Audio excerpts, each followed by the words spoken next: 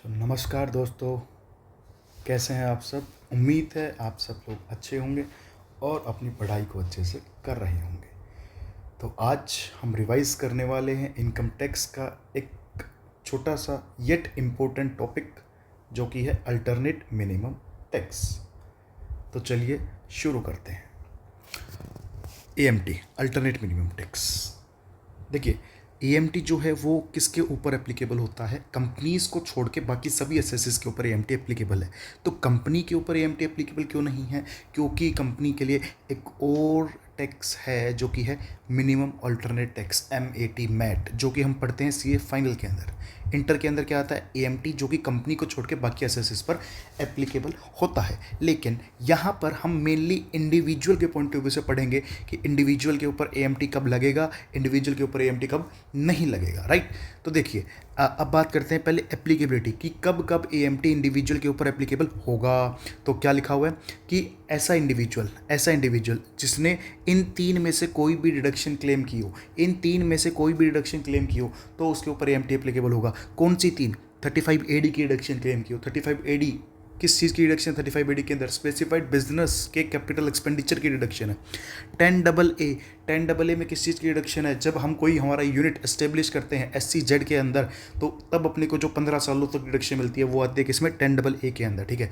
और थर्ड कौन सा है कि अगर हमने चैप्टर 6 से हेडिंग C वाली डिडक्शन क्लेम की हो, इसके अंदर कौन सी डिडक्शन आती है? Deduction in respect of certain income. देखो, वैसे तो deduction in respect of certain income बहुत सारी होती है। 80IA से शुरू होती है, 80RRB तक जाती है, लेकिन इंटर में हमने ये सिर्फ 3 ही पढ़ी होती है। कौन कौन सी? 80JJAA, या फिर 80QQB, और या फिर एक और हमने कौन सी पढ़ी है? 80RRB, ठीक है। 80JJAA किसका है? न्यू एम्प्लॉयज़ के लिए। 80QQB और 80RRB किसका है? यह है रॉयल्टी के लिए। बुक्स की रॉयल्टी 80QQB में है, पेटेंट्स की रॉयल्टी 80RRB के अंदर है, राइट, ठीक है। तो कोई इंडिविजुअल जो ये 3 डिडक्शन क्लेम कर रहा है उसी के ऊपर AMT एप्लीकेबल होगा, अदरवाइज AMT एप्लीकेबल नहीं होगा। अच्छा, इंडिविजुअल पे कब AMT एप्लीकेबल नहीं होगा? AMT would not be applicable. पहला पॉइंट क्या लिखा हुआ है? अगर किसी की एडजस्टेड टोटल इनकम वो 20 लाख से ज़्यादा नहीं है। ध्यान रखना है, हम टोटल इनकम की या ग्रोस टोटल इनकम की बात नहीं कर रहे, हम बात कर रहे हैं एक नई टर्म की, जो कि क्या है? Adjusted total income. अगर वो एडजस्टेड टोटल इनकम हमारी 20 लाख से ज़्यादा नहीं है तो AMT हमारे ऊपर एप्लीकेबल नहीं होगा। एग्जैक्ट 20 लाख है तो भी AMT एप्लीकेबल नहीं होगा। AMT एप्लीकेबल कब होगा? जब अपनी adjusted total income ATI 20 lakh से ज़्यादा है। और दूसरा, सेकंड पॉइंट क्या लिखा हुआ है कि अगर हम डिफॉल्ट डिज़ाइन में टैक्स पे कर रहे हैं, ठीक है, हम न्यू डिज़ाइन में टैक्स पे कर रहे हैं, या फिर हम सेक्शन 115 BAC के अंदर टैक्स पे कर रहे हैं, तो उस केस के अंदर भी हमारे ऊपर AMT एप्लीकेबल नहीं होगा। अच्छा, सोचिए कि डिफ़ॉल्ट डिज़ाइन में AMT क्यों नहीं लग रहा? भाई, डिफ़ॉल्ट डिज़ाइन में ना ही मेरे को 35AD की डिडक्शन मिलेगी, ना ही मेरे को 10AA की डिडक्शन मिलेगी, ना ही मेरे को 80QQB और 80RRB की डिडक्शन मिलेगी। हालांकि 80JJAA की डिडक्शन मिल सकती है, ठीक है। तो मेरे को अगर डिडक्शंस ही नहीं मिल रही तो AMT एप्लीकेबल कैसे हो सकता है ऑप्शनल डिज़ाइन, डिफ़ॉल्ट डिज़ाइन के अंदर, ठीक है। तो AMT कब एप्लीकेबल होगा? इंडिविजुअल जो है वो कौन से डिज़ाइन में होना चाहिए? ऑप्शनल डिज़ाइन के अंदर होना चाहिए, ठीक है। दूसरा, इंडिविजुअल की जो एडजस्टेड टोटल इनकम है, जो भी हम कैलकुलेट करेंगे, वो 20 लाख से ज़्यादा होनी चाहिए और उसने ये वाली डिडक्शंस क्लेम करी हो, ठीक है, तो उसके ऊपर AMT एप्लीकेबल हो जाएगा, ठीक है। एक चीज़ का और ध्यान क्या रखना है, कभी भी क्वेश्चन में ऐसा नहीं होगा कि आपसे अलग से पूछा जाएगा कि AMT भी कैलकुलेट करो। हमें ये 3 डिडक्शंस अगर क्वेश्चन में देखने को मिल रही है तो अपने आप समझना पड़ेगा कि भाई AMT आ सकता है पिक्चर के अंदर, ठीक है। ये 3 डिडक्शन जैसे ही दिखे तो अपने माइंड में आना चाहिए कि AMT एप्लीकेबल हो सकता है, ठीक है। आगे देखिए, अब अगर हम बात करें कि चलो AMT एप्लीकेबल अगर हो रहा है तो उसके लिए अपने को पहले ये देखना पड़ेगा कि एडजस्टेड टोटल इनकम क्या होती है। तो सबसे पहले हम बात करते हैं कि भाई एडजस्टेड टोटल इनकम जो है वो कैलकुलेट कैसे करते हैं, ठीक है। तो एडजस्टेड टोटल इनकम के लिए अपने को पता है क्या लेना पड़ता है? सबसे पहले हमें लेना पड़ता है टोटल इनकम। हमें क्या लेना है? एडजस्टेड टोटल इनकम कैलकुलेट करने के लिए टोटल इनकम लेनी है, ना तो ग्रोस टोटल इनकम, ना ही मैंने इनकम अंडर PGBP की बात की है। मतलब total income as per the provisions of income tax act जो होती है वो टोटल इनकम हमें लेनी है, ठीक है। उसमें क्या क्या करना है कि भाई जो 3 डिडक्शंस की हमने ऊपर बात करी थी, जो हमने माइनस कर दी होगी टोटल इनकम कैलकुलेट करते हुए, वो तीनों डिडक्शंस वापस क्या करनी है? Add back. क्या क्या ऐड बैक करना है?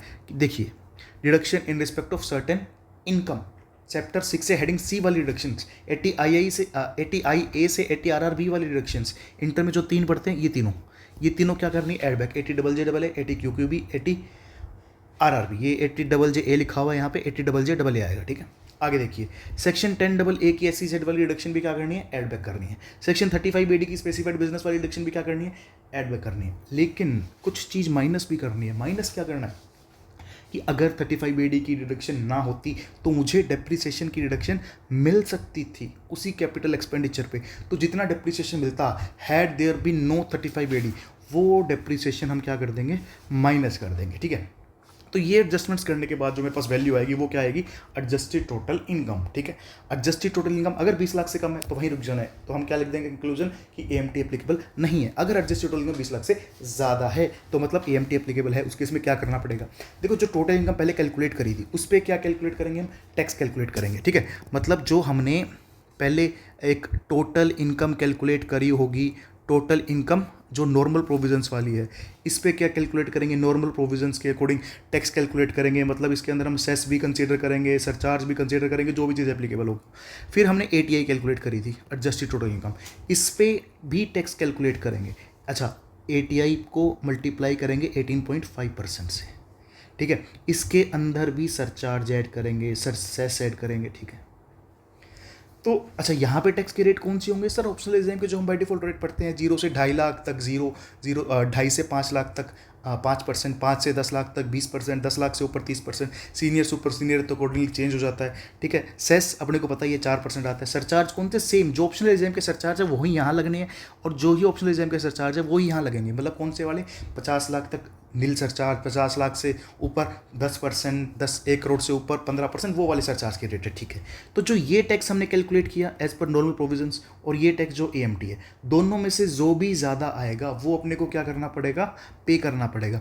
जो भी चीज़ ज़्यादा आएगी उसको हमें क्या करना पड़ेगा, गवर्नमेंट को पे करना पड़ेगा। लेकिन हाँ, गवर्नमेंट अपने को एक बेनिफिट दे रही है। क्या बेनिफिट दे रही है, गवर्नमेंट कह रही है कि अगर अपना AMT जो है वो नॉर्मल इनकम टैक्स से ज़्यादा आ रहा है, ठीक है, तो जितना ज़्यादा है उसका अपने को क्रेडिट मिल जाएगा, जिसको हम क्या बोलेंगे, AMT क्रेडिट। देखिए ध्यान से क्या लिखा हुआ है यहाँ पे, यहाँ लिखा हुआ है कि AMT क्रेडिट मतलब क्या, AMT as per section 115 JC, AMT का सेक्शन कौन सा, 115 JC, minus tax liability under regular provisions of the act, कि कितना टैक्स बिना AMT के बनता था उसमें और AMT में कितना डिफरेंस है, वो क्या बन जाएगा, AMT क्रेडिट, ठीक है। आगे आगे देखो क्या लिखा हुआ है, no interest would be payable on the tax credit allowed. अच्छा, गवर्नमेंट कह रही है कि भाई हमने तुम्हें सिर्फ उंगली पकड़ाई है, तो तुम्हें हमारा गला नहीं पकड़ लेना कि जो AMT क्रेडिट बना है इसके ऊपर कोई इंटरेस्ट नहीं मिलने वाला, कि भाई जैसे इनकम टैक्स का रिफंड होता है उसके ऊपर मेरे को इंटरेस्ट मिल जाता है। क्या AMT क्रेडिट पे कोई इंटरेस्ट मिलेगा गवर्नमेंट से मेरे को, नहीं, उस पर कोई मेरे को इंटरेस्ट नहीं मिलने वाला है, ठीक है। AMT क्रेडिट कितने सालों तक काम आ सकता है, 15 सालों तक, अगले 15 सालों तक, 15 असेसमेंट ईयर्स तक मैं इसको कैरी फॉरवर्ड कर सकता हूँ। अच्छा, AMT क्रेडिट का यूज़ कब हो पाएगा, ये बहुत ध्यान रखना है अपने को।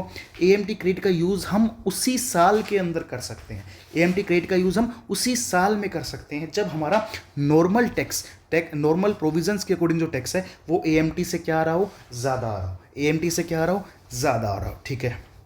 अच्छा, क्या सारा AMT क्रेडिट एक बार में यूज़ कर सकते हैं हम, क्या सारा AMT क्रेडिट हम एक बार में यूज़ कर सकते हैं, नहीं। हम कितना AMT क्रेडिट यूज़ कर पाएंगे, जितना डिफरेंस होगा किसके बीच में, AMT और नॉर्मल टैक्स के बीच में, ठीक है। तो ध्यान रखो कि AMT क्रेडिट किस साल में यूज़ कर सकते हैं, जब हमारा नॉर्मल टैक्स AMT से ज़्यादा आ रहा होगा। अच्छा, कितना यूज़ कर सकते हैं, जितना नॉर्मल टैक्स और AMT क्रेडिट के बीच में डिफरेंस होगा उतना AMT क्रेडिट हम यूज़ कर पाएंगे। बाकी बैलेंस बच गया वो 15 सालों तक कैरी फॉरवर्ड होता रहेगा, ठीक है। अच्छा, एक ये पॉइंट का भी ध्यान रखना है कि tax credit allowable even if adjusted total income does not exceed 20 lakh in year of set of, कि भाई जिस साल में AMT क्रेडिट यूज़ करने वाले थे ना, उस साल में हमारी एडजस्टेड टोटल इनकम ही 20 लाख से कम रहेगी, तो AMT एप्लीकेबल ही नहीं था। तो क्या उस केस में, अच्छा उसमें भी हम AMT कैलकुलेट करके सेट ऑफ क्लेम कर सकते हैं, AMT क्रेडिट का MCQ के अंदर काम आ सकता है, ठीक है। लास्ट में देखिए, लास्ट पॉइंट अब यहाँ पे क्या लिखा हुआ है कि भाई AMT क्रेडिट के प्रोविजंस किस पे नहीं लगते हैं, an individual who is paying tax under default tax regime. अब डिफॉल्ट टैक्स रिजाइम में चला गया हम, ठीक है। तो भाई वहाँ तो AMT एप्लीकेबल ही नहीं है ना, तो फिर AMT क्रेडिट का सेट ऑफ क्या हम उस साल में कर पाएंगे जिस साल में हमारे पास डिफॉल्ट रिजाइम है? नहीं, उस साल में हम अब AMT क्रेडिट का जो सेट ऑफ है वो नहीं कर पाएंगे। तो इसी के साथ हमने जो AMT वाला टॉपिक है इसको अच्छे से रिवाइज कर लिया है।